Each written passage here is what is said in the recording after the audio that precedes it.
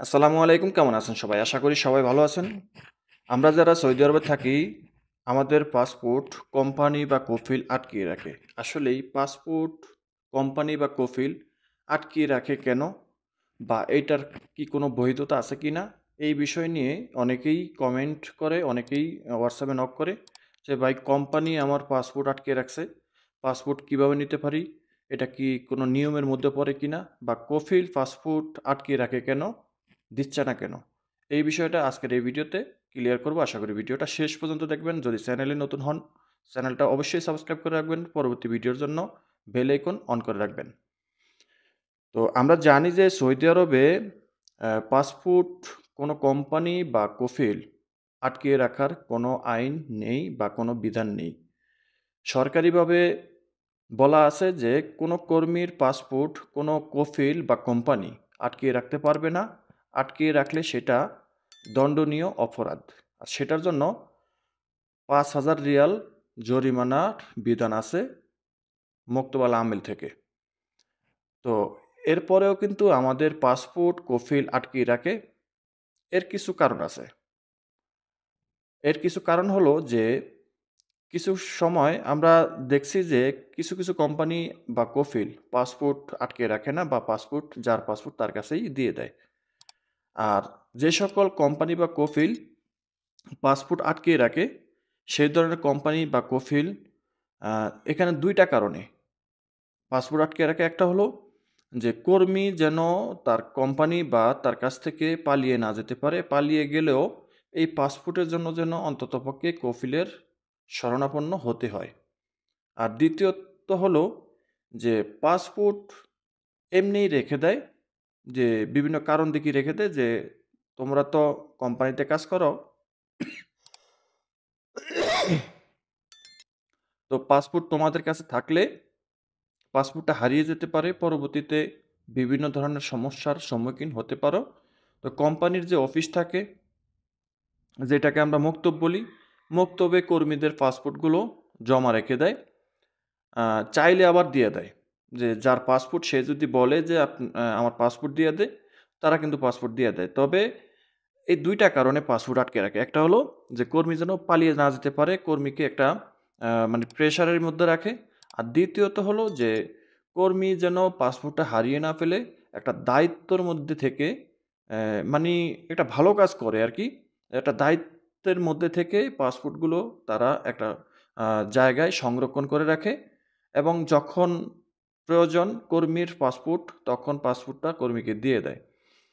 তো তবে এখানে বেশিরভাগ ক্ষেত্রেই কিন্তু পাসপোর্ট আটকিয়ে রাখে আপনার মানি কর্মীকে একটা প্রেশারের মধ্যে রাখার জন্য। কর্মী যেন ভেগে না যেতে পারে, ভাইগা গেলেও যেন এই পাসপোর্টের জন্য সে সৌদি আরব ত্যাগ না করতে পারে। ত্যাগ করতে গেলে তো সে অনেক বড় একটা ঝামেলার মধ্যে পড়তে হবে। তো এইসব ধরনের কারণে এই পাসপোর্টগুলো আটকে রাখে। যেমন মনে করেন সাপোজ আমি আমার কথা বলি, আমার পাসপোর্ট আমার কাছে থাকে। আমার পাসপোর্ট কখনো কোম্পানি বা কফিল কখনোই নেয় নাই। তো আমরা যখন কোম্পানিতে ছিলাম তখন কিন্তু আমাদের পাসপোর্ট কোম্পানির কাছে জমা ছিল। যখন চাইতাম তখন দিয়ে দিত। সেখানে কোনো প্রেশার ক্রিয়েট করত না বা কোনো রকম ঝামেলা করত না।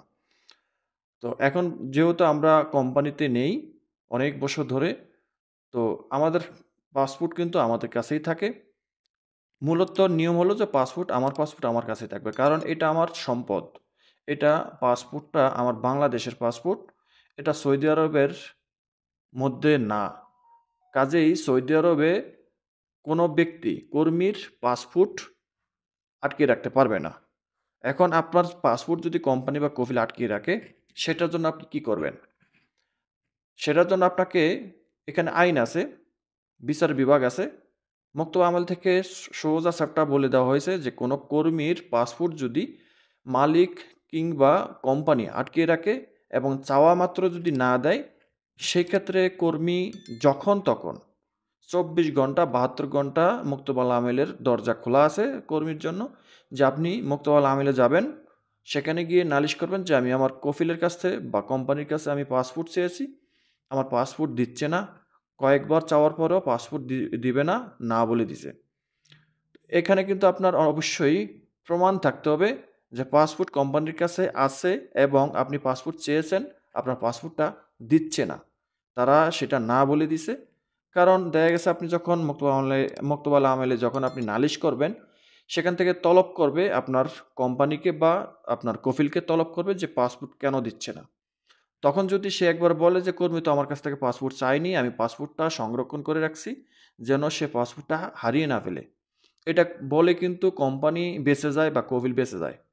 তো এখন আপনি যদি কফিল বা কোম্পানির কাছে যদি পাসপোর্ট চান, চাওয়ার পরে যদি না দেয়, সেটার একটা প্রমাণ আপনার রাখতে হবে, সেটা যেকোনোভাবেই হোক, যেকোনো ওয়েতে হোক। আপনি ফোনে কথা বলেন, ফোনেরও একটা রেকর্ড থাকে বা যেকোনোভাবে হোক আপনি প্রমাণ রাখতে হবে। এমনকি আপনি যখন তাদের কাছে চাইবেন, তারা আপনার সামনে তারা অস্বীকার করতে পারবে না। তবে অবশ্যই আপনি তাদের কাছ থেকে পাসপোর্ট চাইতে হবে। তারপরে যদি পাসপোর্ট না দেয়, মুক্তবা আমলে গিয়ে নালিশ করতে হবে।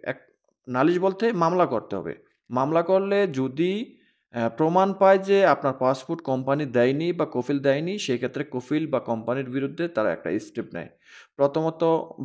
প্রাথমিকভাবে তারা পাসপোর্টটা আপনাকে দিয়ে দেওয়ার জন্য বলবে। যদি কফিল যদি একটু ঝামেলা করতে চায়, মোকতোবা আমেল থেকে কফিলের বিরুদ্ধে বা কোম্পানির বিরুদ্ধে একটা মামলা হয়। মামলা হলে কফিল বা কোম্পানির ৳৫,০০০ পর্যন্ত জরিমানা করার বিধান আছে সৌদি আরবে। এটা মোকতোবা আমেল থেকে সরাসরি বলা আছে। তো এখন কথা হলো যে অনেকে আবার বলে যে, "ভাই আমি মোকতোবা আমেলে গিয়েছি কিন্তু কাজ হচ্ছে না।" কেন কাজ হচ্ছে না জানেন? মোক্তবা আমলে আপনি যেই ডিস্ট্রিক্টে থাকেন, সেই ডিস্ট্রিক্টের কফিল এবং আপনাকে অবশ্যই সেই ডিস্ট্রিক্টের মোক্তবা আমলে যেতে হবে।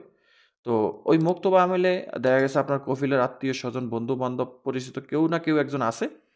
যেমনটা আমার সাথে একটা ঘটনা ঘটছিল। আমি সেটা একটু পরে বলি তাহলে আপনারা বুঝবেন।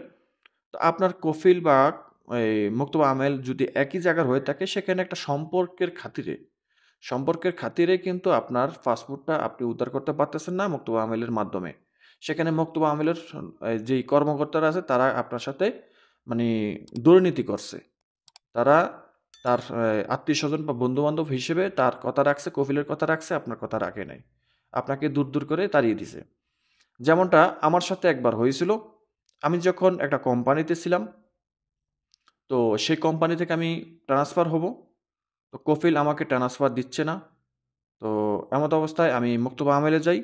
মুক্তবা আমেলে গিয়ে মুক্তবা আমেলের মাধ্যমে আমি মামলা করব। মামলা করে আমি ট্রান্সফার হব। এটা বহুত আগের বছরের কথা। তো যখন আমি মুক্তবা আমেলে যাই, মুক্তবা আমেলে যাওয়ার পর আমি যখন ইকামাটা দেই, ইকামাটা যখন দেখে যে ইকামার মধ্যে এই নাম, এই কোম্পানির এই নিয়োগকর্তার এই নাম, তখন তারা আমাকে মোটামুটি একটা বুঝ দিল যে মানে বলল যে আমি এই ২ দিন পরে আসতাম। ঠিক আছে? ২ দিন পরে আসতাম। মুদির আসে নাই। বড় কর্মকর্তা যিনি আছে উনি নাই অফিসে। ২ দিন পরে আসতাম। এটা বলে আমাকে বিদায় করল। পিছন দিয়ে সে সাথে আমার নিয়োগকর্তাকে অর্থাৎ আমার কোম্পানিকে ফোন দিয়ে জানিয়ে দিল যে, "তোর কর্মী মোক্তবা আমলে এসেছে মামলা করার জন্য সে ট্রান্সফার হবে।" তাহলে বুঝেন ঘটনাটা কোথায় গিয়ে দাঁড়াইছে? আমি কি করতে গেলাম আর কি পাইলাম? ঠিক আছে? সাথে কফিল আমাকে ফোন দিয়ে জানাইলো যে, "তুই মোক্তবা আমলে গেছস কাফালা হওয়ার জন্য, ট্রান্সফার হওয়ার জন্য অন্য জায়গায়?" আমি বলছি, "হ্যাঁ, গেছিলাম।" আমি জিজ্ঞাসা করতে গেছিলাম যে, "কাফালা হওয়ার সম্ভাবনা আছে কিনা?" তখন কফিল যদিও আমার সাথে রাগ করে নাই, পরবর্তীতে এ আমাকে ট্রান্সফার হওয়ার জন্য অনুমতি দিয়ে দেয়। কারণ আমি নতুন নয়। আমি তখন থেকেই আমি এই সিস্টেমগুলো আমি জানি, ভালোভাবে জানি এবং আমি ওই কোম্পানিতেও মোক্তবা আমেলের বা খেদামাতের অনেক কাজ-কাম করতাম। যার কারণে সিস্টেমটা জানি কারণে কফিল আমার সাথে মার্কেটিং করতে চায়নি, চাইলেও পারেনি। যদিও মনে মার্কেটিং করার চেষ্টা যদি করেও থাকে কিন্তু করেনি এই কারণে যে সেও সৌদি, আমি হয়তো আজনবী কিন্তু আমি তার অফিসিয়াল অনেক কাজ করতাম। যার পরিপ্রেক্ষিতে সে বুঝতে পারছে যে হয়তো সে এক পথে যাবে, আমি অন্য পথে যাওয়ার রাস্তা আছে।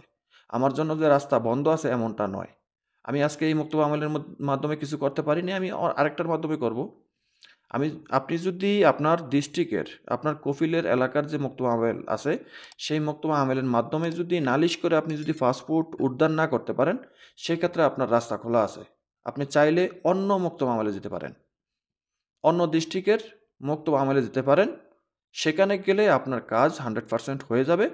আপনি সেখানে বলতে হবে যে আমি আমার কফিল যেই এলাকার, সেই এলাকার মক্তব আমেলে গেছি। ওই মক্তব আমেলের কর্মকর্তারা আমার সাথে এই কাজ করছে। আমার কোনো অভিযোগ তারা গ্রহণ করছে না। কারণ তার আত্মীয়স্বজন, বন্ধু-বান্ধব হিসেবে তারা স্বজনপ্রীত করতে গিয়ে আমাকে কোনো সাপোর্ট বা কোনো এই খেদামত দিচ্ছে না। তখন আপনার এই জিনিসটা আরো গভীরে চলে যাবে। আপনি যখন অন্য একটা মুক্ত মামলায় যাবেন, সেখান থেকে মামলা করবেন, এটা কিন্তু আ সৌদি আরব বলে কথা। যে একটা কর্মী তার এলাকার, তার কফিলের এলাকার মুক্ত মামলায় না গিয়ে আরেকটা মুক্ত মামলায় গেছে কেন? এটা কিন্তু তদন্ত হয় বা যেখানে মামলা করবেন সেখানকার যে বড় মুদির থাকে, কর্মকর্তা থাকে, সেও কিন্তু এই জিনিসটা উপলব্ধি করে যে উনি এখানে কেন এসেছে, ওখানে কেন যায়নি। যখন জানতে পারে যে এই কারণে আপনি এসেছেন, তখন কিন্তু এই জিনিসটা আরো গভীরে চলে যায়, আরো অ্যাকশনে যায়। আপনার পাসপোর্টটা পাওয়ার সম্ভাবনা 100% আছে। আশা করি বুঝতে পেরেছেন। তো যারা জিজ্ঞাসা করেন যে কফিল বা কোম্পানি পাসপোর্ট কেন রাখে? এই ২ টা কারণে রাখে। একটা হলো আপনি পালিয়ে যাবেন বা আপনাকে প্রেশারে রাখবে সেটা, অর্থাৎ মনের মধ্যে তার দুষ্টামি আছে। বেতন দিবে না, আপনাকে টর্চার করবে, আপনি যেন কোথাও না যেতে পারেন। আর দ্বিতীয়ত হলো যে ভালোর জন্য আপনার পাসপোর্টটা যেন হারিয়ে না যায়, আপনার পাসপোর্টটা সুরক্ষিত রাখার জন্য আপনার পাসপোর্টটা তারা জমা রাখে। চাইলে আবার দিয়ে দিবে। ঝামেলা করে না। এই ২ টা কারণে মূলত পাসপোর্ট কোম্পানি বা কফিল রেখে দেয়। আশা করি বুঝতে পেরেছেন। ভিডিওটা যদি ভালো লাগে অবশ্যই লাইক, কমেন্ট, শেয়ার করুন। চ্যানেলটি সাবস্ক্রাইব করে পাশে থাকা বেল আইকনটা অন করে দিবেন। আল্লাহ হাফেজ।